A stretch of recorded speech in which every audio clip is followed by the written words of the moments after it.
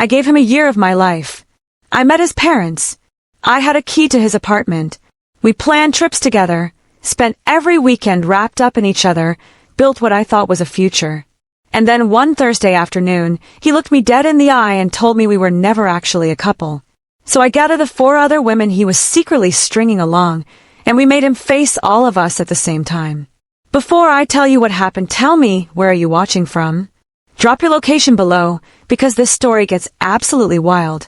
It started like something out of a romance movie. I'm a marketing consultant, which means I travel for work about 2 weeks out of every month.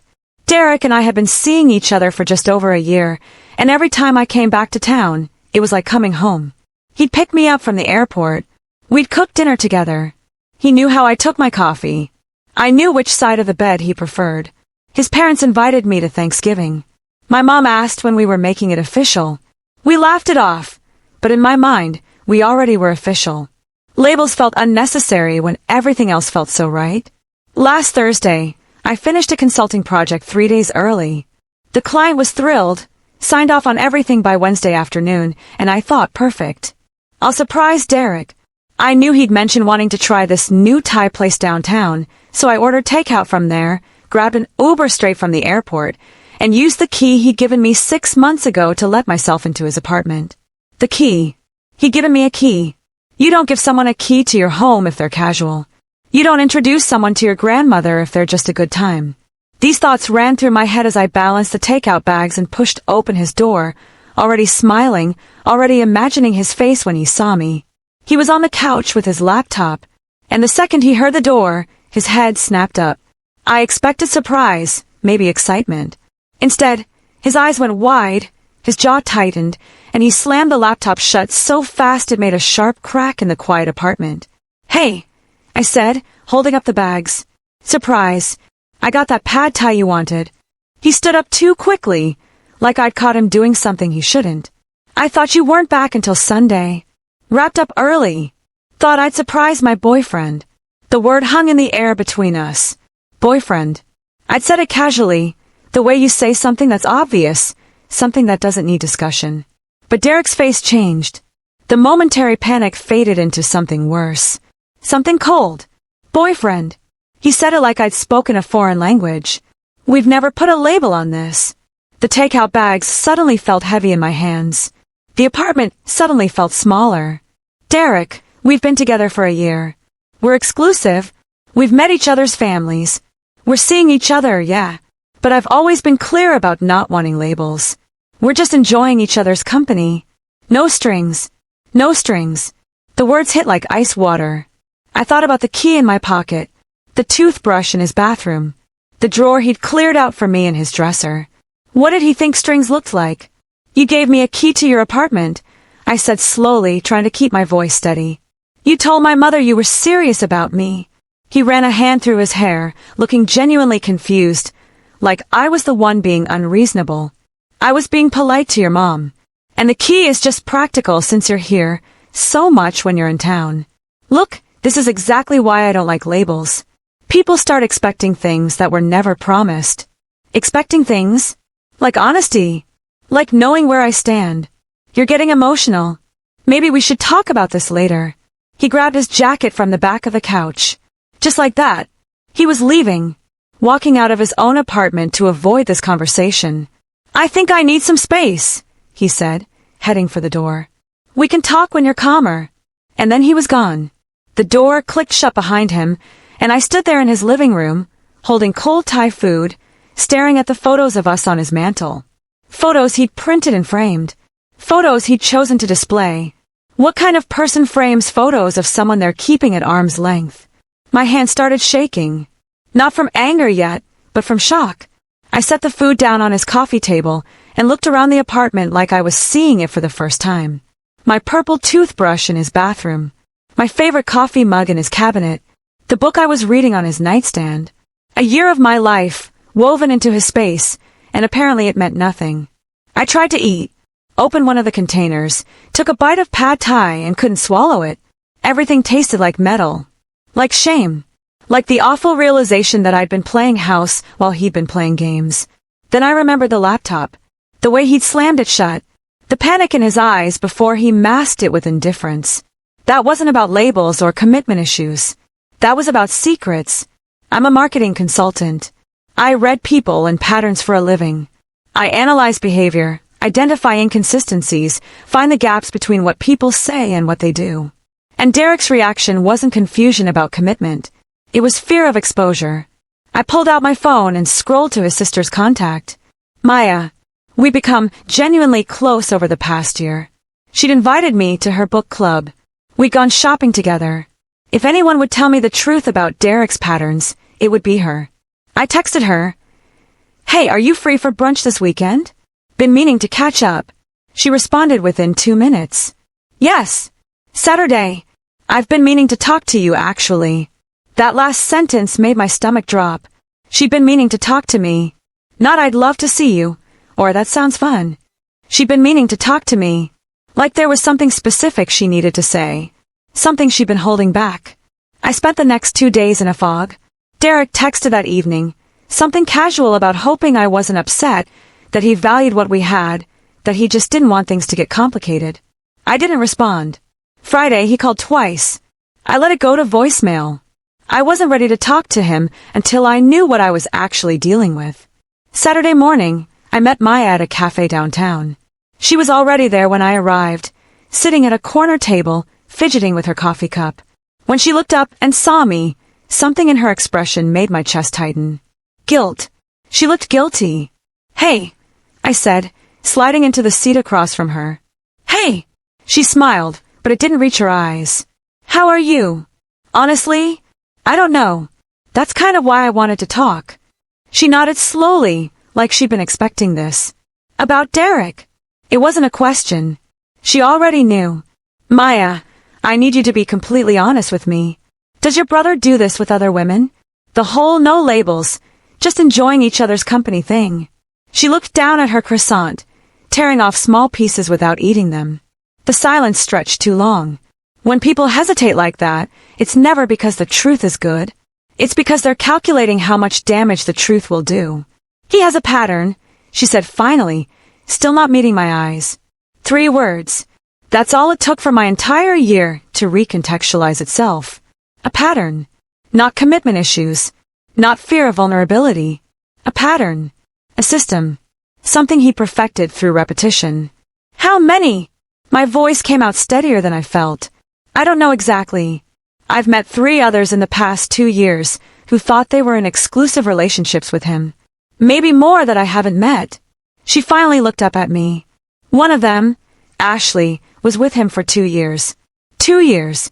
She thought they were going to move in together. Then she asked him to make it official, and he ghosted her.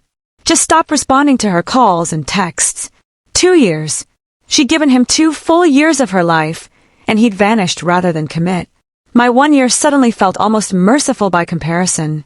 Or maybe I just caught on faster to what she'd probably suspected for months. "Last week," Maya continued, her voice dropping, "I ran into him at a coffee shop. He was with someone, a woman named Jenna. He introduced her as his close friend, but I saw how they looked at each other. And she was wearing this necklace, silver with a tiny compass charm. I recognized it because I helped him pick it out months ago. He said it was for someone special." My throat went dry. "I never got a necklace." "I know. I think he gives it to the current favorite, then takes it back, or moves it to the next one. I've seen it in photos with at least 2 different women." The cafe suddenly felt too warm. Too bright. Everything was too much. I thought about all the times Derek had been on his phone when we were together, smiling at texts he never explained. The weekends he was mysteriously busy. The way he never posted photos of us on social media, even though he'd post everything else. "Why didn't you tell me?" I asked, and I wasn't angry at her. I was genuinely asking, trying to understand. "I thought maybe you were different. He seemed more into you than the others. He brought you to family events, gave you a key. I thought maybe he was finally growing up." She looked miserable. "I'm sorry. I should have said something sooner. But he's my brother, and I kept hoping he'd change." I reached across the table and squeezed her hand. "It's not your fault. He's good at this." And he was. That was the sick part. Derek wasn't some obvious player. He was thoughtful. Attentive. He remembered details. He made you feel special. He just made multiple women feel special simultaneously while promising nothing to any of them. I left the cafe with Maya's words echoing in my head. Ashley. 2 years. Jenna with the necklace. At least 3 others. This wasn't bad luck or poor communication. This was deliberate, calculated. A man who'd figured out how to have all the benefits of relationships without any of the accountability. When I got home, I did what I do best. I investigated. I opened Instagram and started going through Derek's profile methodically, screenshot by screenshot, looking for the gaps in his carefully curated story. And there it was. The necklace. That silver compass charm Maya had mentioned. I found it first on a woman tagged as Ashley in a photo from 18 months ago. Beach sunset, her smiling at the camera, the necklace catching the golden light. His comment, "You deserve the world." 63 likes. I kept scrolling. 10 months ago, different woman, same necklace. She wasn't tagged, but she commented on several of his posts with heart emojis. He'd responded with inside jokes I didn't understand. 2 weeks ago, Jenna. The necklace again, this time in a photo from a coffee shop. His comment, best company. 3 women. Same necklace. Same vague, affectionate captions that could mean everything or nothing depending on who was reading them. He was recycling jewelry like he was recycling compliments. Like we were all interchangeable. I screenshot everything. Every photo, every comment thread, every timeline inconsistency. Then I sat back and looked at the evidence spread across my laptop screen. I had Maya's testimony. I had visual proof of the necklace rotating between women. I had a year of my own experience. But it wasn't enough yet. Because if Derek had a pattern, that meant there were more women. Women who were probably going through right now what I went through Thursday. Women who thought they were crazy for wanting clarity. Women who believed his lines about not liking labels while he kept them in rotation. I needed to find them. Not for revenge, though I won't lie and say that wasn't part of it. But mainly because Derek's system only worked as long as we stayed separate. As long as we didn't compare notes. As long as we believed we were the problem. I went back to Ashley's profile. Scrolled through her photos until I found mutual friends. Sent a message to one, Sarah, who I'd met once at Derek's birthday party. Hey Sarah, this is going to sound random, but do you remember Ashley? The woman Derek dated a while back? I'm trying to get in touch with her. Long story, but it's important. Sarah responded an hour later with a phone number and a message that made my heart race. Good luck. She's been waiting for someone to ask the right questions about him. I stared at the number for 20 minutes before I called it. What was I supposed to say? Hi, I'm dating your ex. Except apparently we're not dating because he doesn't do labels. And I think he's been lying to both of us and probably several other women. So want to compare notes? But when Ashley answered, her voice was calm. Steady. Like she'd been expecting this call for a long time. You're calling about Derek, she said. Not a question. How did you know? Because you're not the first. And you won't be the last unless someone stops him. She paused. Coffee tomorrow. We met at a small place near her apartment.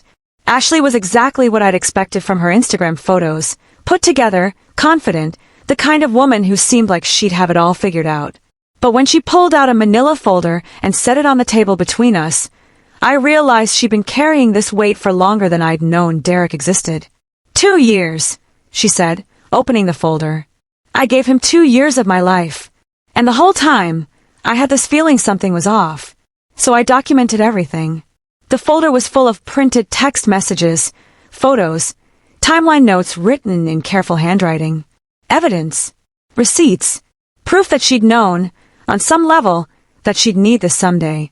He used the exact same phrases with me, I said, looking at the screenshots. Word for word. I know. He has a script. She pulled out another page. Look at this. These are texts he sent me over the course of our relationship. You're unlike anyone I've ever met. I've never felt this safe with someone. You make me want to be better. I felt sick because I'd heard all of those. Verbatim. The same compliments that had made me feel special were apparently part of his standard rotation. He wasn't even bothering to customize his manipulation anymore. There are more, Ashley said quietly. I know there are. If we can find them, if we can show him that we know, maybe we can stop this. How do we find them? She smiled, and there was something fierce in it. The same way you found me. We look for the patterns. We follow the necklace. We ask the right questions of mutual friends. And we give these women a choice: stay silent and alone, or speak up together. Over the next week, we became detectives. We created a shared document with timelines, mutual connections, social media trails. We reached out carefully to women who appeared in Derek's orbit, women whose comment patterns suggested more than casual friendship. Jenna responded first. She'd been seeing Derek for 8 months, thought they were exclusive, had the same confusion about his refusal to use the word girlfriend. When we showed her the evidence, when she realized she was one of many, she cried on the video call. Then she got angry. Then she asked what we were going to do about it. Rachel came next, a woman Derek had apparently been seeing on and off for 6 months.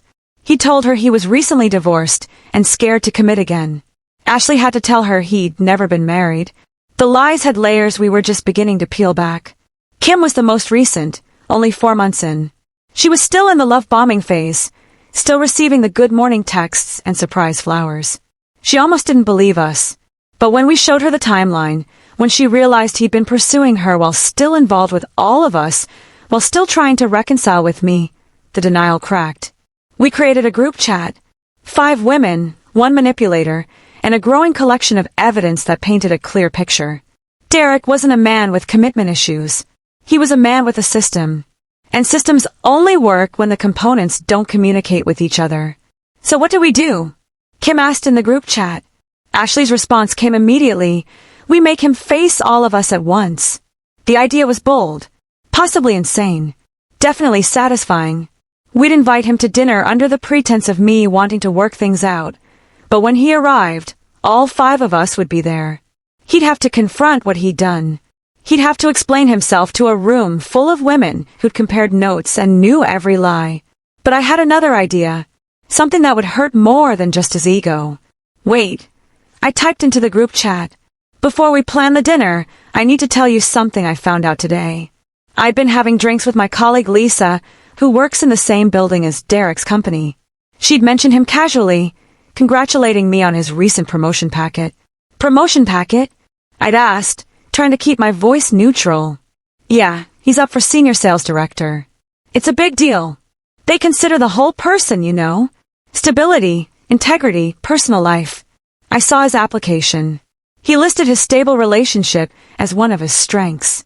Said he'd been with his girlfriend for 2 years, that having that foundation helped him excel professionally. My vision had narrowed to a pinpoint. He said that? In writing. Yeah, there was a whole section about work-life balance and personal values. He emphasized his committed relationship, said it showed maturity and reliability. She'd smiled at me. Pretty sweet, actually. Most guys don't think to include that stuff. I'd asked Lisa if she could access a copy of his application. She shouldn't have said yes, but she'd heard me cry over Derek too many times during lunch breaks. She'd seen me checking my phone obsessively. 10 minutes later, my email pinged with a PDF. Derek's own words, typed out in professional formatting. My 2-year relationship has taught me the importance of communication, commitment, and follow-through, qualities I bring to every client interaction and team collaboration. Having a stable personal foundation allows me to take calculated risks professionally while maintaining ethical clarity. 2-year relationship, stable foundation, commitment. The same man who told me he didn't do labels had labeled us quite clearly when it benefited his career. I shared this with the group chat. The response was immediate. Ashley, he used me the same way. Told his colleagues we were serious when it helped his image. Jenna, holy shit. He's not just emotionally manipulative. He's professionally fraudulent. Rachel, this is our leverage. His company values integrity. If they find out he's been lying, we had him. Not just on being a terrible person, which isn't exactly a crime, but on material misrepresentation in a professional context. He built his promotion case partly on the stability of a committed relationship that didn't exist. That was something HR would care about. That was something that had consequences beyond hurt feelings. The plan evolved. We'd still do the confrontation dinner, but now we had teeth. Now we had something that would actually make him uncomfortable in ways that mattered to him. I texted Derek that evening, my fingers steady for the first time since Thursday. Can we meet for dinner Thursday? I want to talk things through maturely. No drama, I promise. Just a conversation. His response came within 30 seconds. Finally, I knew you'd come around. I'll be there. Where? I gave him the name of a nice restaurant downtown, told him to ask for the private room reservation under my name. He sent back a heart emoji. A heart emoji. Like this was reconciliation. Like I was crawling back. He had no idea. The night before the dinner, I couldn't sleep. I kept playing it out in my head, imagining his face when he walked into that room. But around 2 a.m, the doubts crept in. The memories of good times, of his laugh, of the way he'd pull me close on cold mornings. What if we were wrong? What if he really did just have issues with commitment, and we were overreacting? I called Ashley. She answered on the first ring. You're doubting, she said. Not a question. There were good times, I admitted. What if? Look at the date stamp on the photo of you two at the coast. The weekend trip. I pulled it up on my phone. March 15th. Now look at Rachel's texts from that weekend. I switched to the shared evidence document. March 15th. Derek had canceled on Rachel last minute, told her he had a work emergency. Instead, he'd been with me, taking sunset photos, telling me I was special. He's not a man with commitment issues, Ashley said firmly. He's a man who commits to the lie. Every time. With every single one of us. This isn't about fixing him or understanding him. This is about stopping him from doing this to someone else. She was right. I knew she was right. But it still felt heavy, knowing that in less than 24 hours, we were going to blow up whatever remained of his careful construction. 2 years, Ashley said quietly. I lost 2 years thinking I was the problem. Thinking if I was just more patient, more understanding, more accommodating, he'd finally claim me. You're saving the next girl those 2 years. We're doing this. Thursday arrived. We met at the restaurant an hour early, the 5 of us gathering in that private room like we were preparing for battle. In a way we were. We arranged the chairs, so he'd be sitting at one end of the table with all of us facing him. Rachel set up her phone to record, angled discreetly. In our state, one-party consent was enough for legal recording. Ashley had printed everything. The timeline, the overlapping relationships, screenshots of identical text conversations, photos of the necklace on 3 different women, and Derek's promotion packet with his lies highlighted in yellow. I'm scared, Jenna admitted. What if he just leaves? Then we send everything to his HR department, I said. Either he faces us, or he faces professional consequences. His choice. At 7 p.m., we heard footsteps in the hallway outside our private room.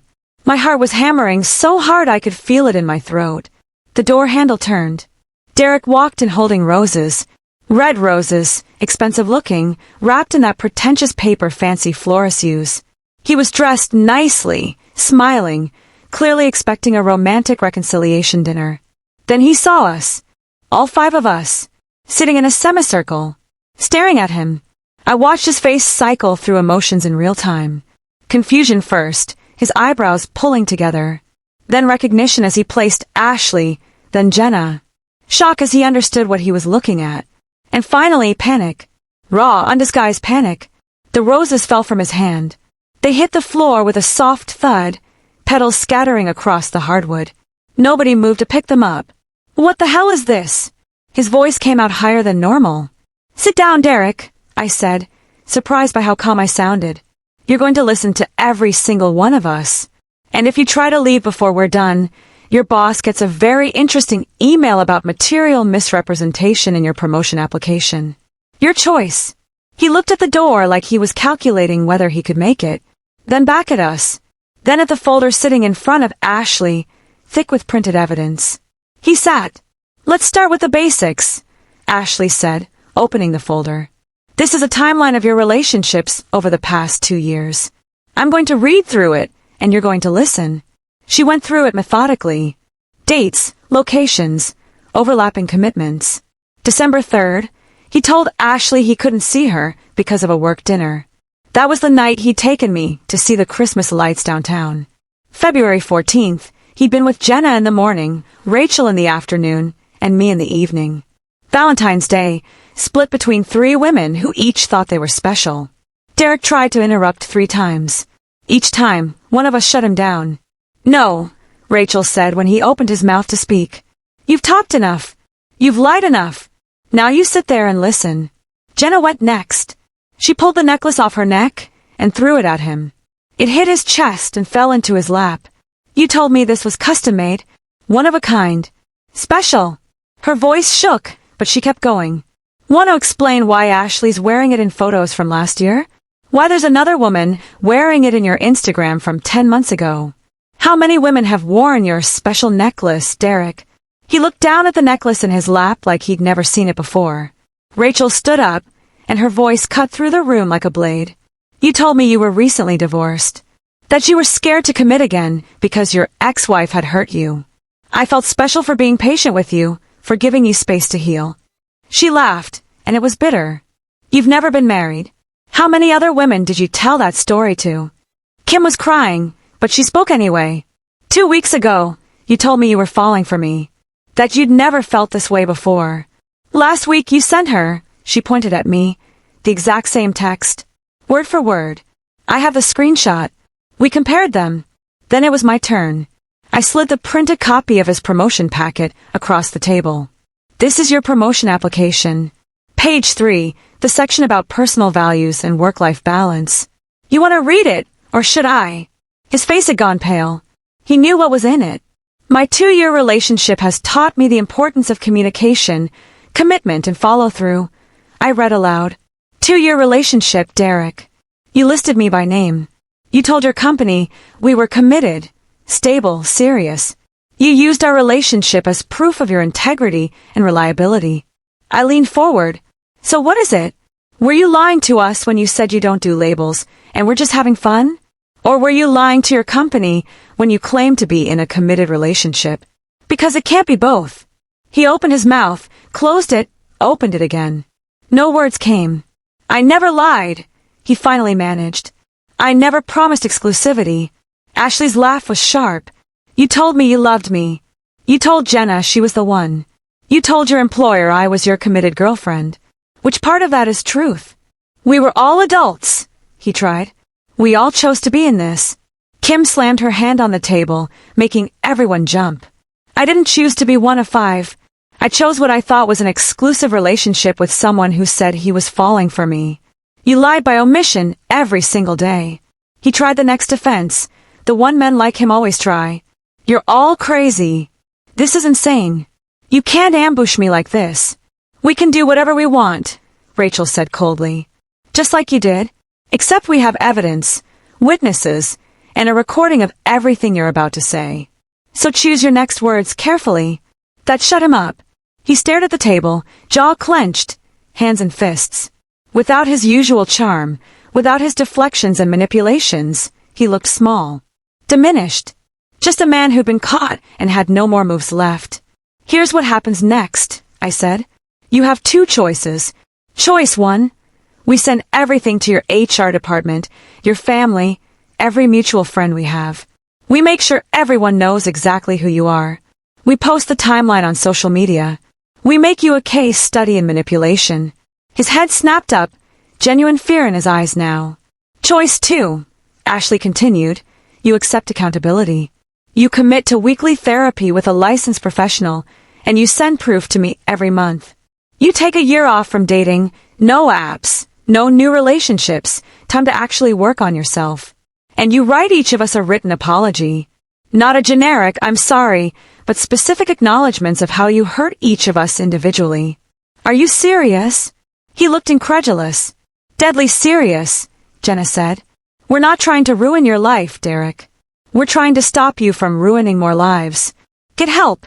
Actually get help. Or face consequences that will follow you for years. Rachel pulled out a piece of paper. We typed up the terms. Sign it. It's not legally binding, I added. But we have 5 witnesses, this recording and your signature. If we find out you violated any of these terms, the deal is off and everything goes public. We'll be watching. Your sister Maya is on our side now. Your friends will report back to us. You don't get to hide anymore. He stared at the paper for a long time. I could see him calculating, trying to find an angle, a loophole, A way out that didn't involve actual accountability. But there wasn't one. We'd backed him into a corner using his own tactics. His hand shook as he picked up the pen. It took him 3 tries to sign his name. "If you violate any of these terms," I said, standing up, "we'll know. And when we do, every person in your professional and personal life will know exactly what kind of man you are. Are we clear?" He nodded, still staring at the table. We walked out together, leaving him sitting alone in that private room with scattered rose petals at his feet and the weight of his own actions finally pressing down on his shoulders. Nobody looked back. Outside, the night air hit like a shock. For a moment, none of us spoke. Then Ashley started crying. Not sad tears, but relief tears, the kind that come when you finally release something you've been carrying too long. Then we were all crying, laughing, hugging on the sidewalk outside an upscale restaurant, probably looking insane, definitely not caring. "We did it," Jenna whispered. "We actually did it. We found a dive bar 2 blocks away, as far from that restaurant's pretension as we could get. Ordered drinks. Toasted to ourselves, to truth, to the radical act of women believing each other. To the women who came before us that he heard in silence." Kim raised her glass. "And to the women who come after who won't have to go through this." We clinked glasses. It wasn't a perfect ending. The hurt didn't disappear just because we'd confronted him. But it was an ending. A real one. And sometimes that's enough. 2 weeks later, Maya called me. "He's actually going to therapy," she said, and she sounded genuinely surprised. I checked with his therapist. He gave permission for me to confirm attendance. 2 a week. He's actually going. "And?" I asked. "And my parents know. Not every detail, but enough. My mom cried for 2 days. My dad hasn't spoken to him in a week. Derek was always the golden child, could do no wrong. That pedestal is gone now." She paused, and I could hear her gathering courage for what came next. "I think there were others," she said quietly. "Before Ashley. Maybe even in high school. I remember girls calling the house, upset, and he'd just shrug it off. I was too young to understand then. But looking back, this pattern might go back years." "Thank you for telling me," I said.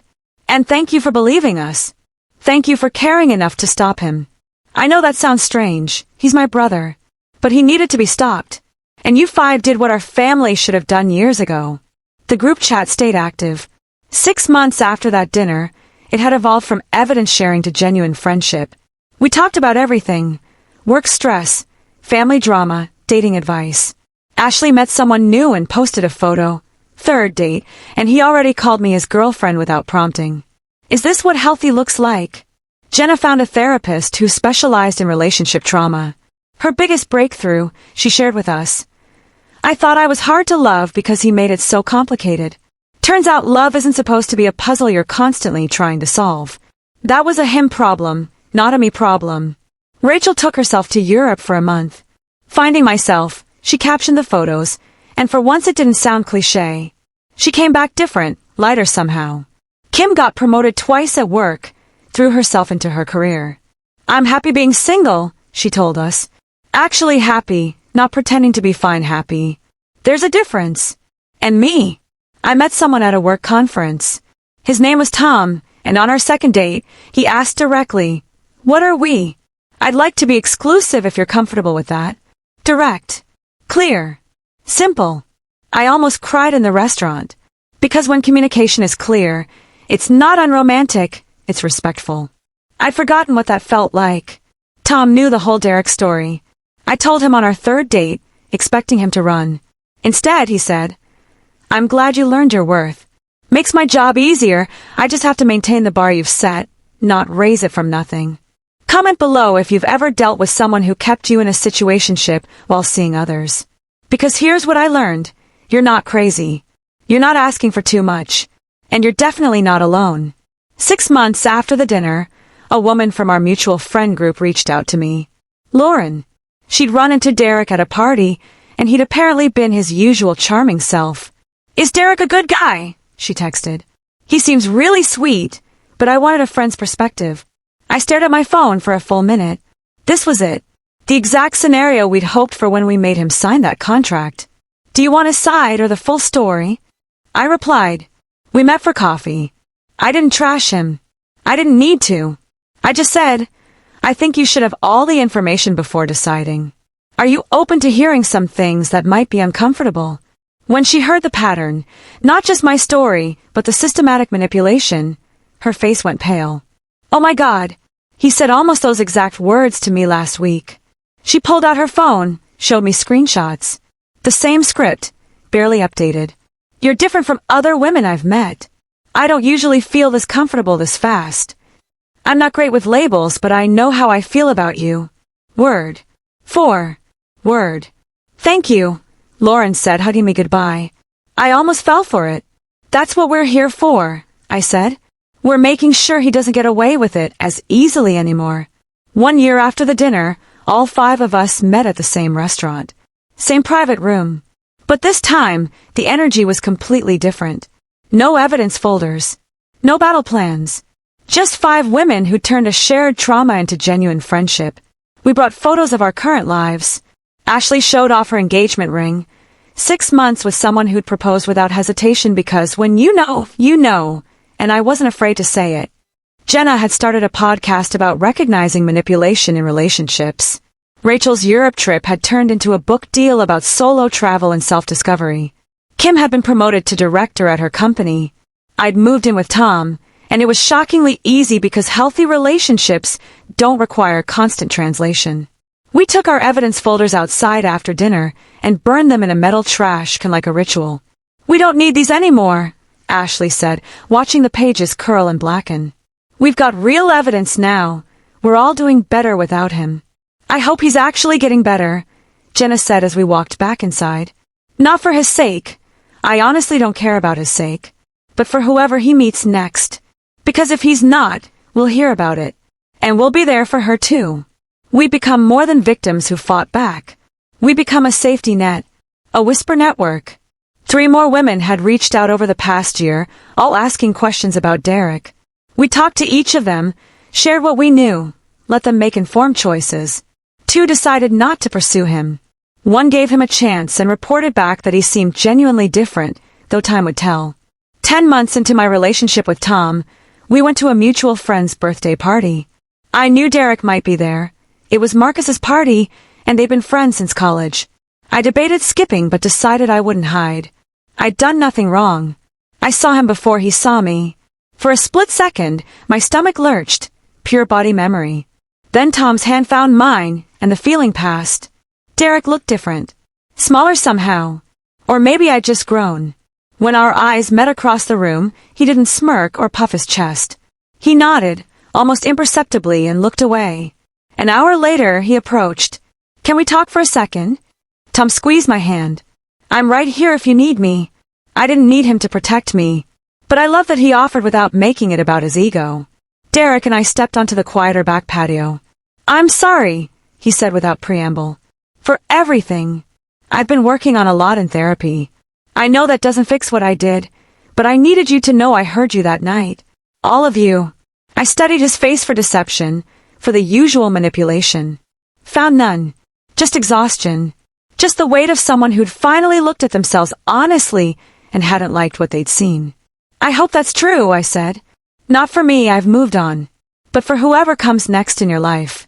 Get your shit together, Derek. Actually do the work. I am, he said quietly. I really am. We stood there for a moment. 2 people who'd once meant something to each other, now just strangers with shared history. Take care of yourself, I said, and I meant it. Not as forgiveness, he didn't get absolution that easily. But as closure, as letting go. You too, he replied. And he seems like a good guy. Tom, you seem happy. I'm happy. Really happy. We walked away from each other for what I knew was the last time. Tom was waiting inside, chatting with Marcus like he hadn't been worried at all. Because he trusted me to handle my own past. You okay?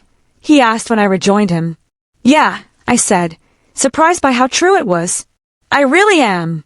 Because Derek wasn't the villain of my story anymore. He was just a chapter that taught me what I wouldn't accept ever again. And that lesson, that was worth every painful moment. The group chat is still active. Last week, Jenna posted. 2 years since the dinner. Never thought I'd be grateful for being manipulated, but I met all of you because of it. Sometimes the universe gives you exactly what you need, even if it's wrapped in shit paper. Ashley responded, poetic. Kim, also accurate. Rachel, speaking of drinks this Friday, I have news. We met Friday. Rachel's news was that her book was being adapted into a podcast series. Jenna's podcast had hit 100,000 downloads. Ashley was planning her wedding and wanted us all in it. Kim had started dating someone who made her laugh so hard she cried. I'd gotten promoted and was being sent to open a new international office. We'd all moved on. We'd all grown. We'd all found versions of ourselves that didn't shrink to fit someone else's convenience.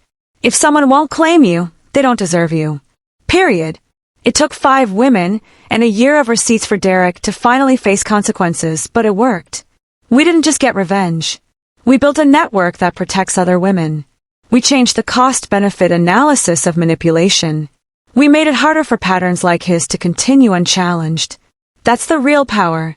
Not in the confrontation, though that was satisfying, but in the aftermath, in the whisper network, in the other women we've helped since then, in the friendships we built from shared pain, in the standards we refuse to lower ever again. Hit that like button if you'd stand up for your friends like this. Subscribe for more stories about taking your power back. And drop a comment. Have you ever dealt with a situationship that turned out to be one of many? Share your story below. You're not alone. Next time, I'll tell you about the woman whose fiancé had a secret second phone and a whole second family. The way she found out will blow your mind. See you there.